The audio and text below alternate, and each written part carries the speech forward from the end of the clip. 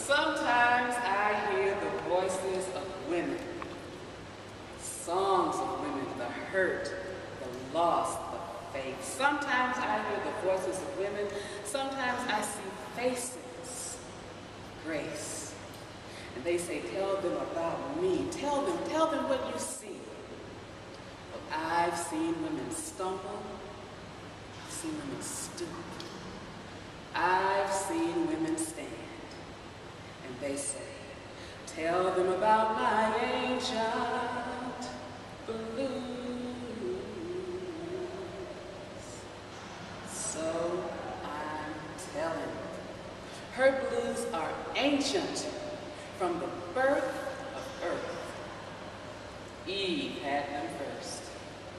Eve had those ancient blues first. This is what she says. Okay, so I blew it. I'm walking through the garden minding my own business and stumble over a snake. Crafty, that one. Next to my guard is down to show up. You know how some people do. Talk about, yeah, you want it? Look at it, look at it. It was true. Adam told me what God had told him, so I kept my distance. But sometimes I would just stare at it. Just standing there staring at it. Until I got distracted by a big old elephant or something and went and found something else to do. Like lying in the rose bushes. No thorns in those days. Or walking through the ivy patches. No poison back then. And sometimes I would just go and find my husband. That was always a good thing. He was so sweet. We were in love. Perfect for each other. God made me while Adam was asleep, formed me from the rib and Adam's side. Delicate, precision vessel like polished porcelain, polished and pure.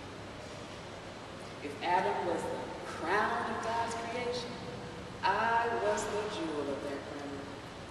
Yes, God created the birds, the trees, the flowers, the air, and yes, God created the fox.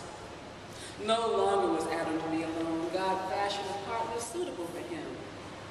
Adam woke up and, well, let's just say he was very happy. He said, this is now bone of my bone and flesh of my flesh. Woman, you're the prettiest thing I've ever seen. Come on, let me show you the God. So now, thank you.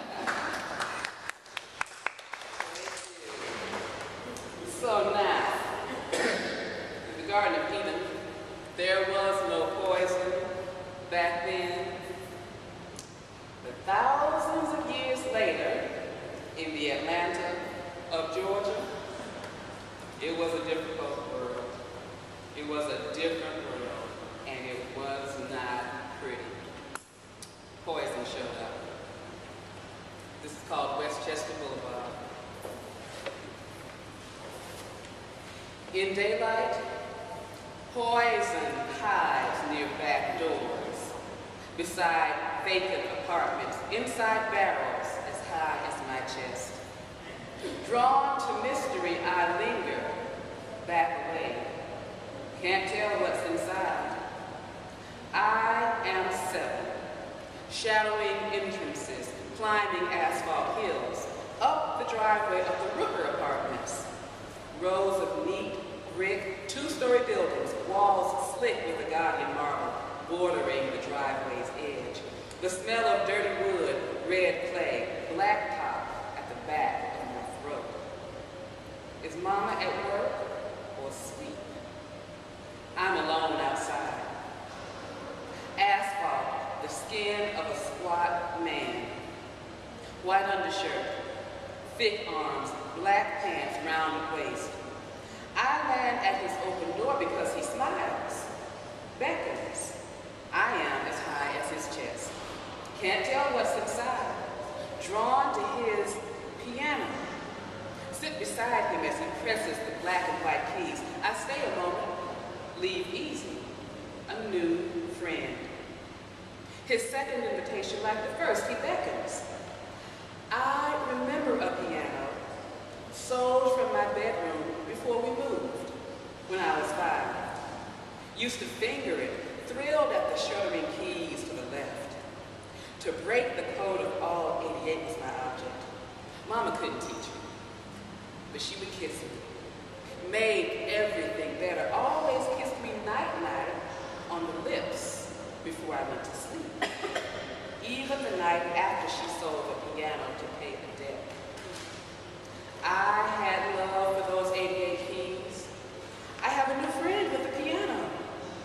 Quick to the doorway, he's already seated making music. Invites me to his lap. Holds my fingers to the keys. I press, sound vibrating.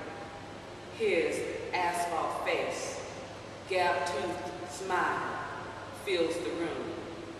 His lips, as he eases in to kiss. Surprises us both how quickly I run. A breathless escape through wide open doors. Days later, he, in his doorway, beckons. And I wag my head no. Bold, pointing, had told my mama he lives right there. Surprises me how quickly a man can disappear. With him long gone, seems safe to walk Black Hills. Westchester curves a sharp left, but it is the same street. Rent is cheap around that curve, and we move again. Same apartments in shouting distance. Strange nuisance in the shadows, same barrels, concealed and squatting, wearing a warning, caution. Someone whispers, it's acid. Why dump in Northwest Atlanta? Not a trace in the lily lanes of Chambly, in Buckhead by the governor's house, but a risk in our midst, poison on our asphalt streets.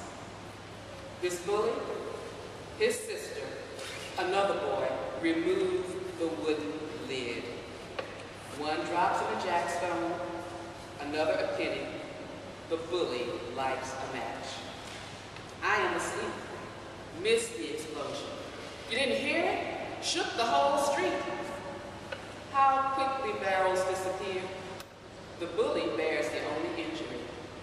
Visiting, I am all eyes on his bandaged foot. Pinky toe hangs by a bloody strand. His mother smiles, hanging on.